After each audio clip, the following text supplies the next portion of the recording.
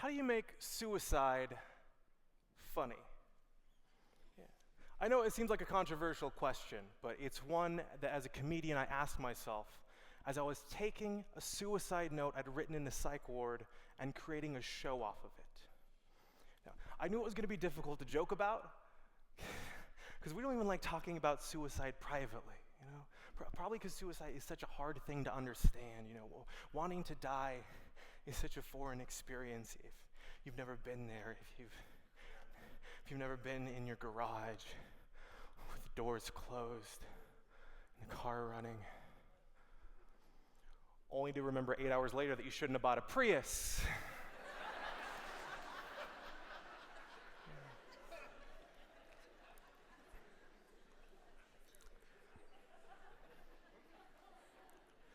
But I knew I wanted to joke about it.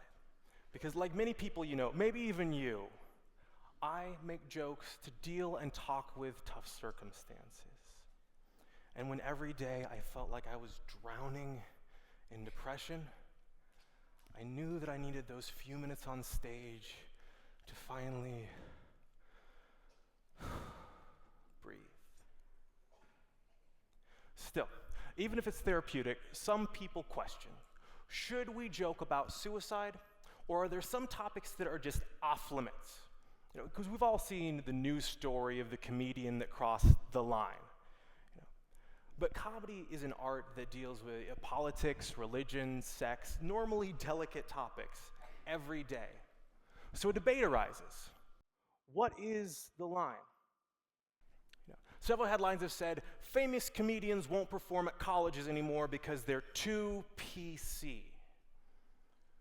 But when you dig into the meat of the article, there's rarely an intent to offend. The real desire is for an audience that looks at content instead of getting offended at a specific topic or word. Now, there are some comedians who say that there is no line on content if it's funny. But that's a little tricky of a boundary to set, you know, because humor is so relative. And jokes that are found funny at a white supremacist rally likely contain and advocate some viewpoints that we as a society agree are morally reprehensible, you know.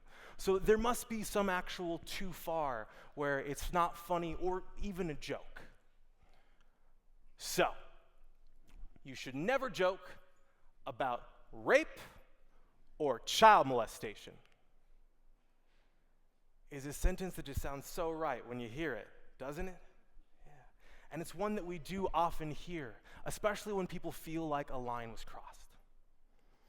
But now, especially in our current social awakening, would you tell someone who has been sexually assaulted that they shouldn't talk about it? Hopefully no.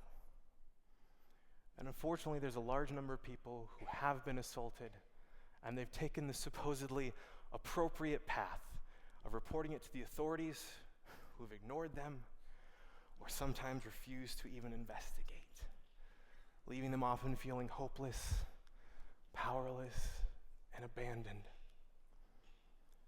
But some, who are comedians, take to the stage and use their art of jokes to sort their pain through the prism of humor and regain some power with the ability to name and shame their aggressors publicly. Some, too, who aren't comedians also only feel comfortable at first telling their story with humor. A story that would have otherwise been silenced when the correct way let them down, as it so often does. Still, with these taboo topics, you know, some people say that it's still not an appropriate subject even when someone is expressing their own reality for comedy. But art has always been known for pushing social norms, and topics that are considered inappropriate for joking are socially accepted in other art forms. You know, Law and Order SVU graphically depicts sexual assault and child abuse on the middle of the day in reruns. Or my personal favorite, when the cast of Glee covered Smooth Criminal. That's a song detailing assault, probably rape, written by an alleged pedophile, being performed by adults pretending to be sexually active children. Yeah. Or, of course, as the media harshly criticized it by calling it must-see TV. Yeah. These subjects are being covered quite graphically in other art forms. By banning someone from the art form that they feel most comfortable with, are we truly saying, I stand with those who hurt. We want to hear your voice? Or are we actually saying, well, I stand with you, but only if it's in a way that makes me feel comfortable. Otherwise, it's wrong. If jokes are the way some feel first comfortable telling their story, would we want to keep them silent? Reacting and assuming offense to a topic or a word could keep our mind from looking at the content and from seeing someone else's experience or understanding their viewpoint. So who then gets to discuss these experiences, Because no doubt some people mentally checked out here when I, as a guy, started talking about sexual assault, Yeah. I don't think any of us would be surprised if someone in the video comments stopped to say, something along the lines of, what right does he have to talk about sexual assault? He has never had to endure the unending pain of being raped. Which will be ironic, because they reacted and assumed offense, so they didn't listen to the content to now hear that I was molested as a child for 6 years. And no one found out till I was 17. But then I learned how to talk about it, deal with it, and regain the power in the situation, at first only through jokes, despite my aggressor, their supporter, and the accidental supporters who said I shouldn't joke about it, all wanting me to stay silent, especially on stage. And I wish that people hadn't told me that it was inappropriate to joke about my own pain, because if they hadn't, then I might have learned how to talk about it publicly 8 years sooner. And 2 other kids might have been spared that same pain, because no one knew, because I was silent. That's what kills my soul, not the jokes. But what if I hadn't experienced it? Who gets to discuss and cover these difficult and dark topics like death, assault, and suicide through the art? Because no doubt if every creator of an episode of CSI had to be murdered before they could write an episode on the topic, first of all, we'd have a very niche serial killer on our hands.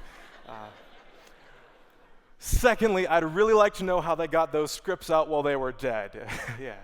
My post office doesn't offer that service. I know, I checked. They were like, Mr. Williams, heaven does not have a valid zip code. And then they asked me to leave.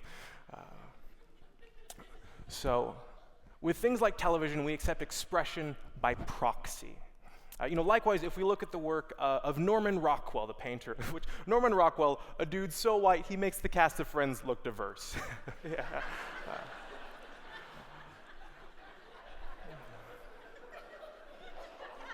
true, super white.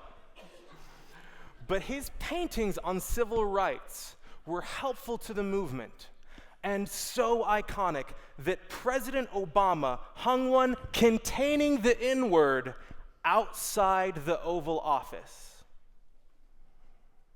And also, sadly and very unfortunately, despite multiple women first coming forward against Bill Cosby in 2005, it wasn't until almost a decade later when a male comedian made a joke about Cosby being a rapist that society finally started paying attention to the people that he'd hurt.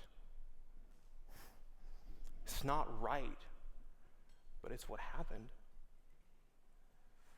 So if these artists who haven't experienced these things can cover them in a way that could actually be beneficial to those who have been harmed, How can we embrace these tough topics without silencing the voices of the subjects?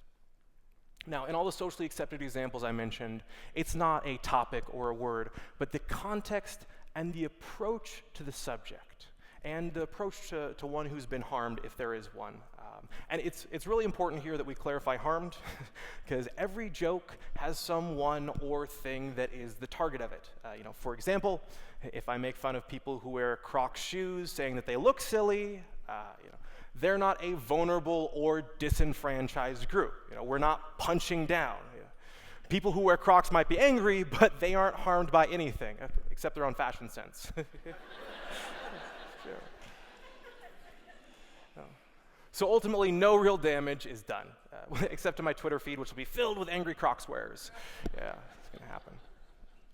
So when we look at a joke, is it actually punching down by advocating a harmful stereotype or going after a true victim? Or is it actually attacking the aggressor or the stereotype? Sometimes jokes just use neutral wordplay, or even better, they'll go after the hypocrisy in the way that we as a society ignore the true issue.